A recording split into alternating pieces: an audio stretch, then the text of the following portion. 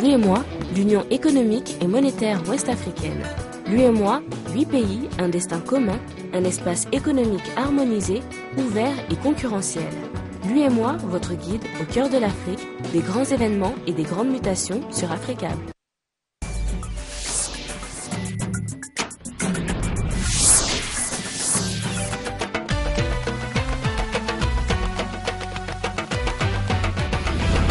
Mesdames, Messieurs, bonsoir. Voici les sommaires de ce journal. Bamako confirme la libération des 4 djihadistes en échange de l'otage français Serge Lazarevitch libéré le 9 décembre dernier, une contrepartie qui dérange dans certains milieux politiques maliens. Le Niger va désormais vérifier la conformité des produits importés qui arrivent sur son marché. Une convention dans ce sens a été signée ce vendredi à Niamey. De quoi s'agit-il exactement? Élément de réponse dans ce journal. C'est un spectacle qui paraît banal mais qui traduit en réalité un malaise au Gabon. La pénurie de carburant à Libreville, une situation qui plonge la capitale gabonaise dans la paralysie. Voilà pour le sommaire, c'est sur le Mali que nous ouvrons ce journal. On en sait un peu plus sur les conditions de libération de l'otage français Serge Lazarevitch. Le ministre malien de la Justice, Mohamed Bathily, confirme que 4 djihadistes ont effectivement été libérés en échange de l'otage français. Nous l'avons fait, y compris à l'intérieur, lorsqu'il s'agissait de Maliens, nous l'avons fait de surcroît quand il s'agit des personnes ressortissantes de pays qui sont venus quand même nous aider dans des moments les plus critiques et que ces personnes et leurs autorités se battent pour obtenir la libération des otages. Le Mali ne pouvait que prendre part, pour son honneur même, à tout ce qu'il pouvait faire humainement pour aider à sauver la vie de ces otages-là. Et ces déclarations du ministre malien de la Justice ne semblent pas calmer le malaise dans certains milieux politiques. Quelles conséquences peuvent avoir cette libération de l'otage français considéré comme une monnaie d'échange contre des djihadistes avérés accusés de violation des droits de l'homme? Écoutons le secrétaire national à la citoyenneté aux droits de l'homme du PDS pour le parti. Le gouvernement malien doit des explications au peuple malien. En tant qu'homme politique, je m'interroge et j'ai des inquiétudes.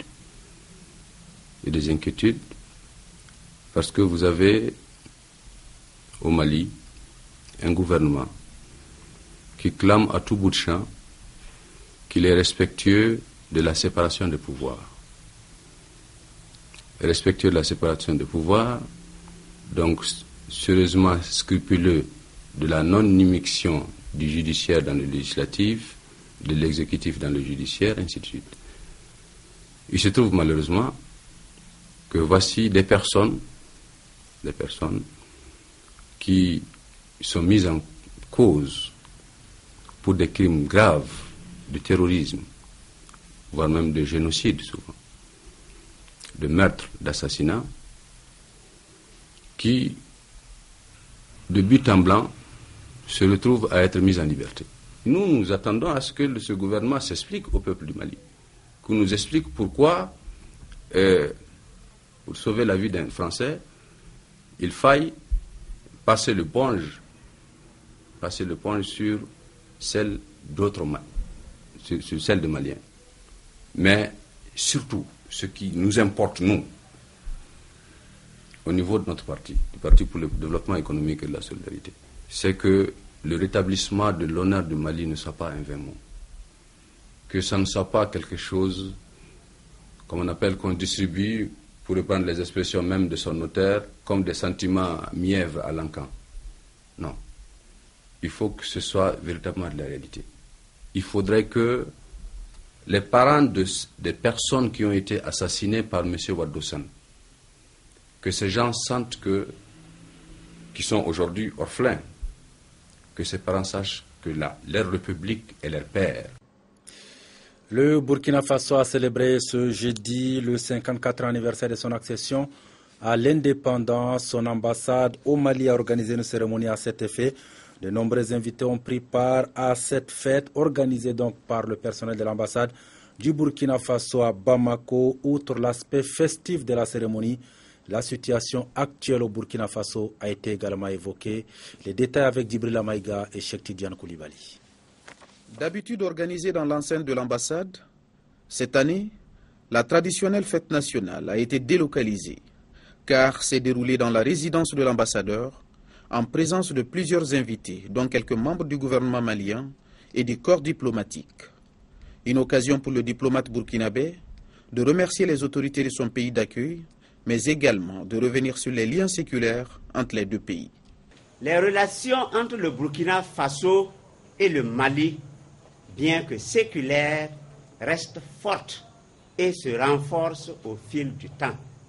Est toujours resté aux côtés du Mali pour sa recherche d'une solution durable et définitive et ne ménagera aucun effort pour que notre sous-région soit débarrassée de ces fléaux que sont le grand banditisme, le terrorisme et les trafics de tout genre. Cette célébration à Bamako a aussi été marquée par des décorations en signe de reconnaissance. Il convient d'ajouter que ces moments de retrouvailles et d'échanges étaient accompagnés par les mélodies des folklores locaux burkinabés et maliens.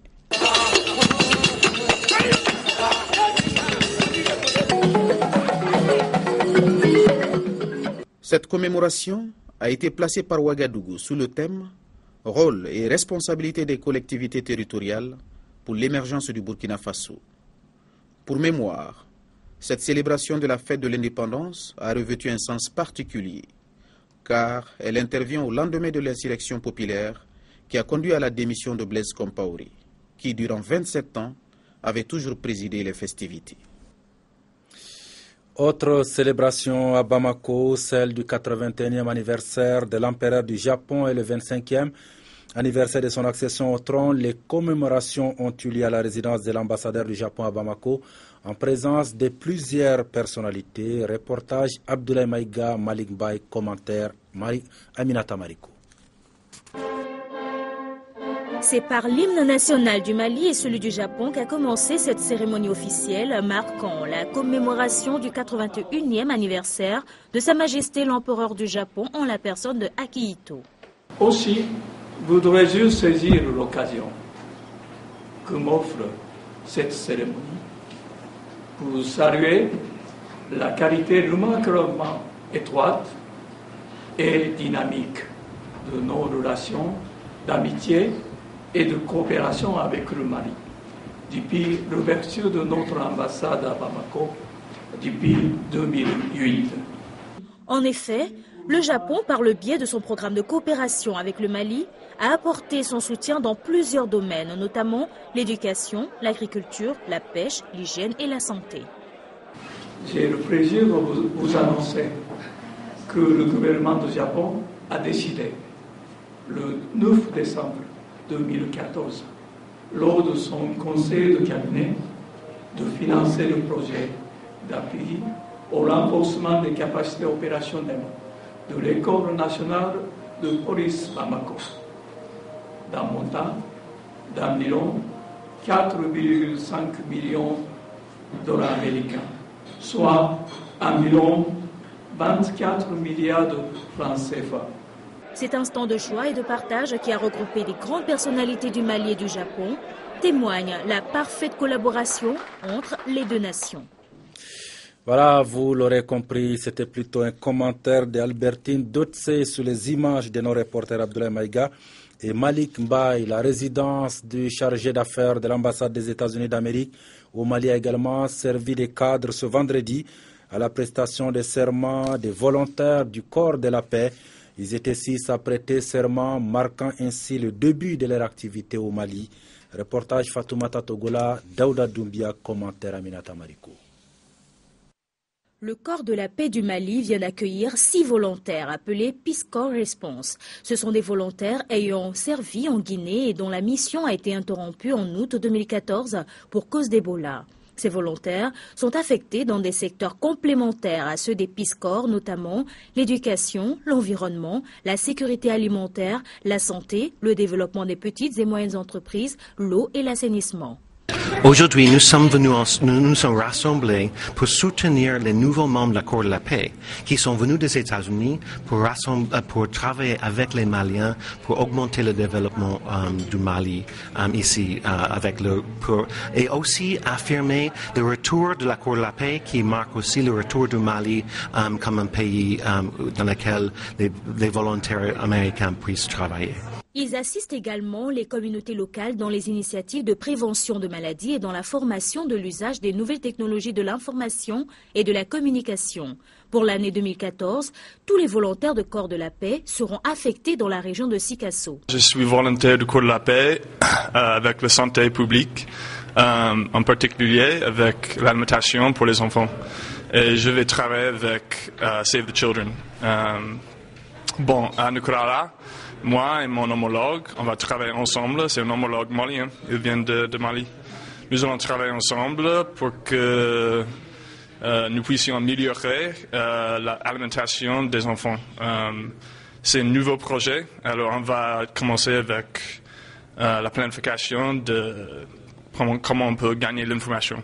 Je vais travailler avec l'ONG Kluduka.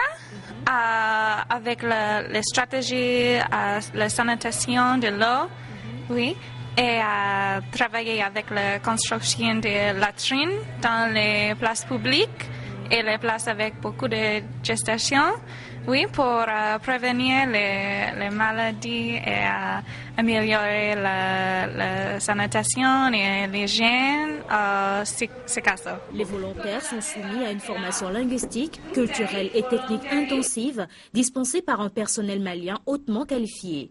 Le Corps de la Paix reste un symbole persistant des rapports étroits entre le Mali et les États-Unis pendant plus de 40 ans. Au Nigeria, un double attentat a frappé hier la ville de Jos, tuant au moins 31 personnes. Aujourd'hui, les autorités pointent du doigt le groupe islamiste Boko Haram. Il y a 7 mois, une attaque du même type avait tué au moins 118 personnes dans cette même ville.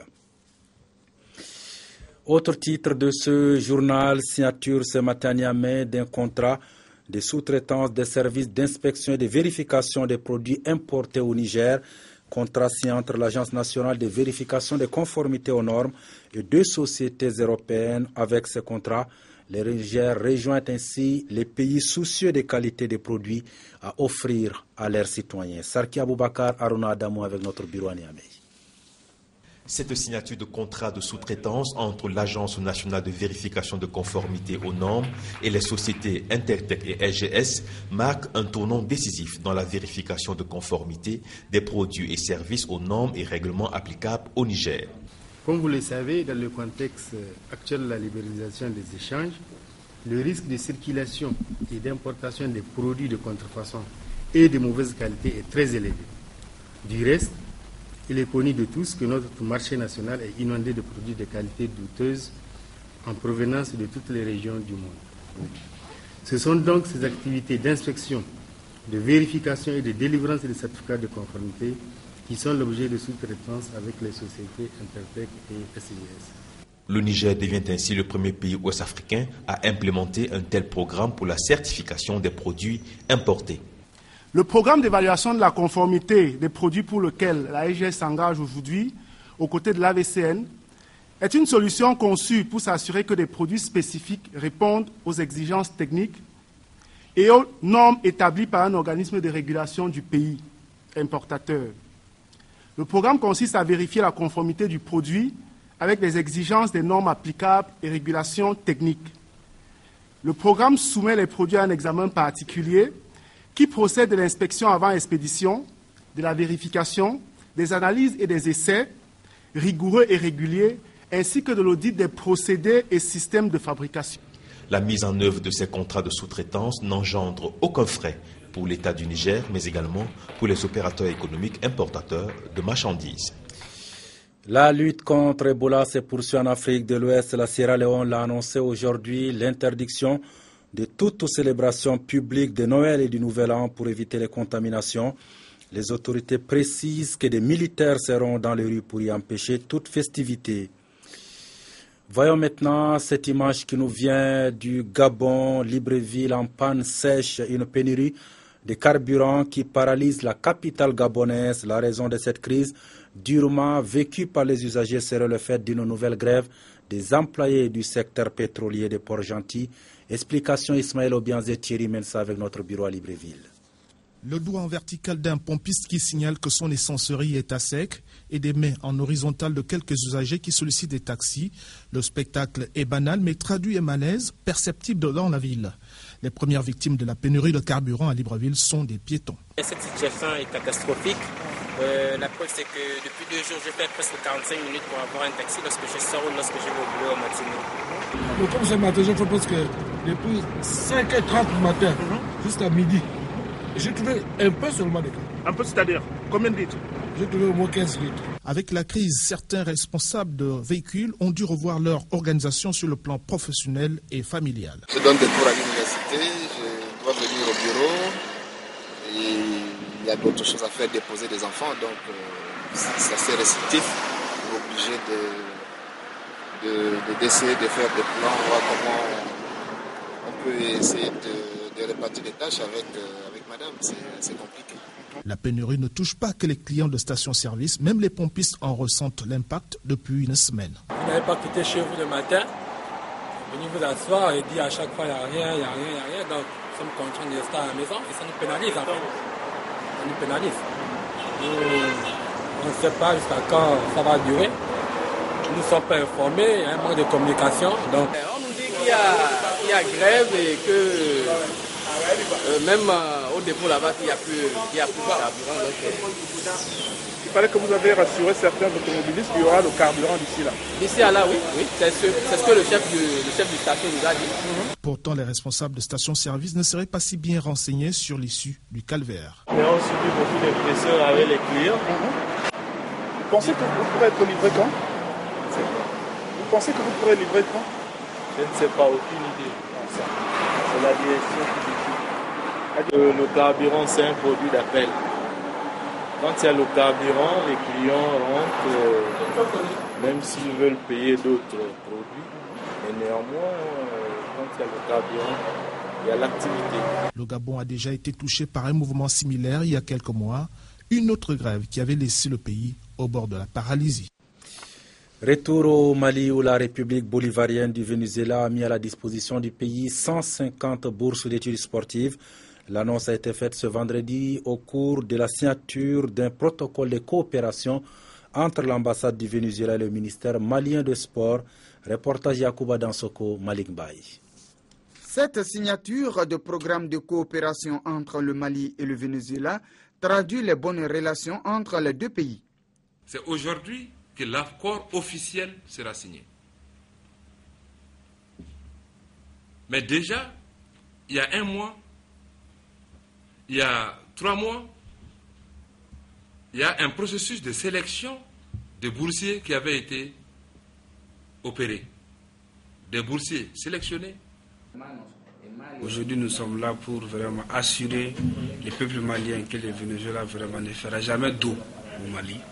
Donc nous venons avec cet accord officiel qui prouve que vraiment les étudiants seront au Venezuela. À travers ce protocole d'accord, la République bolivarienne du Venezuela met à la disposition de la République du Mali 150 bourses d'études. La signature de cette convention devrait intervenir bien avant, mais elle a été freinée aussitôt après la découverte du virus Ebola au Mali. En ce jour, le pays ne compte plus de cas de maladie Ebola et la coopération entre Maliens et Vénézuéliens peut continuer. Je tiens également à rassurer nos partenaires du Venezuela que Ebola n'a pas atteint le stade d'épidémie au Mali. Aucun nouveau cas n'a été déclaré dans notre pays. Aucun nouveau cas. Et toutes les personnes qui étaient en contact avec les patients venus de la Guinée, après toutes les analyses, tous ces cas se sont avérés négatifs. La première vague composée de 40 boursiers est attendue à Caracas dans le premier semestre de l'année 2015. Mais avant, les étudiants vont apprendre à parler l'espagnol, la langue officielle du Venezuela.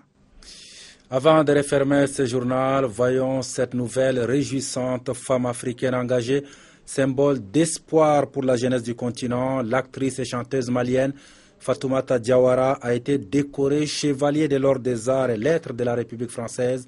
La cérémonie de remise de l'insigne s'est déroulée hier à l'ambassade, à la résidence de l'ambassadeur de France à Bamako. Le point avec Kadi Diakité et Ramassissi. Madame Fatoumata Diawara, je vous remets les insignes de chevalier de l'ordre des arts et lettres.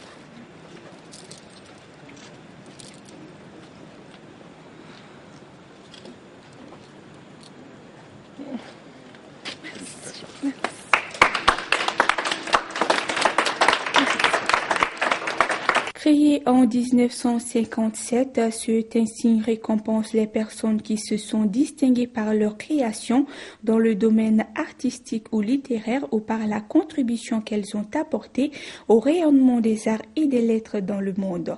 Avec cette distinction, Fatoumata Diawara vient de rejoindre des personnalités du monde culturel telles que Vanessa Paradis ou Salif Keita.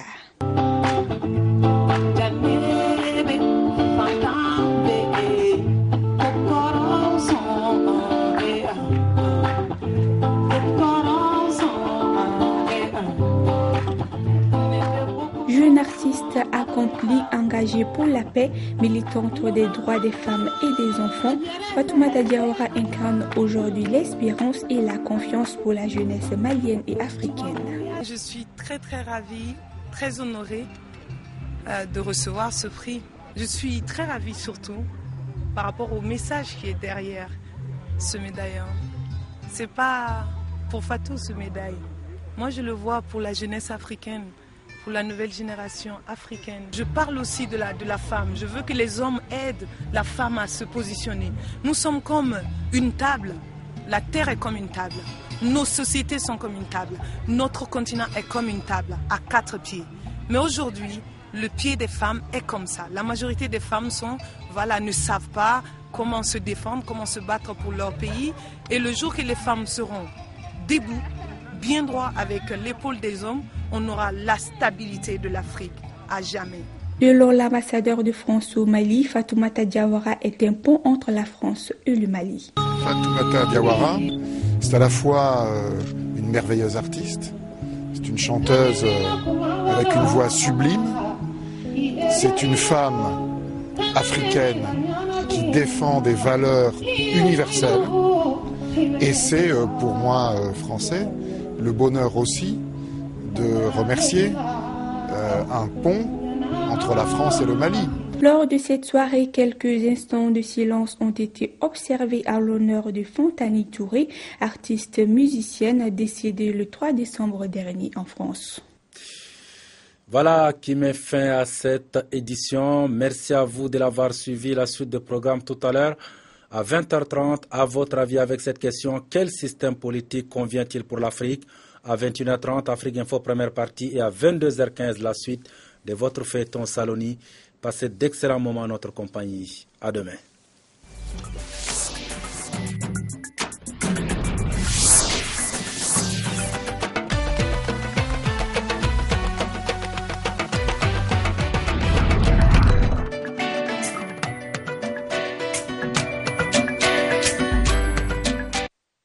L'UEMOA, l'Union économique et monétaire ouest-africaine.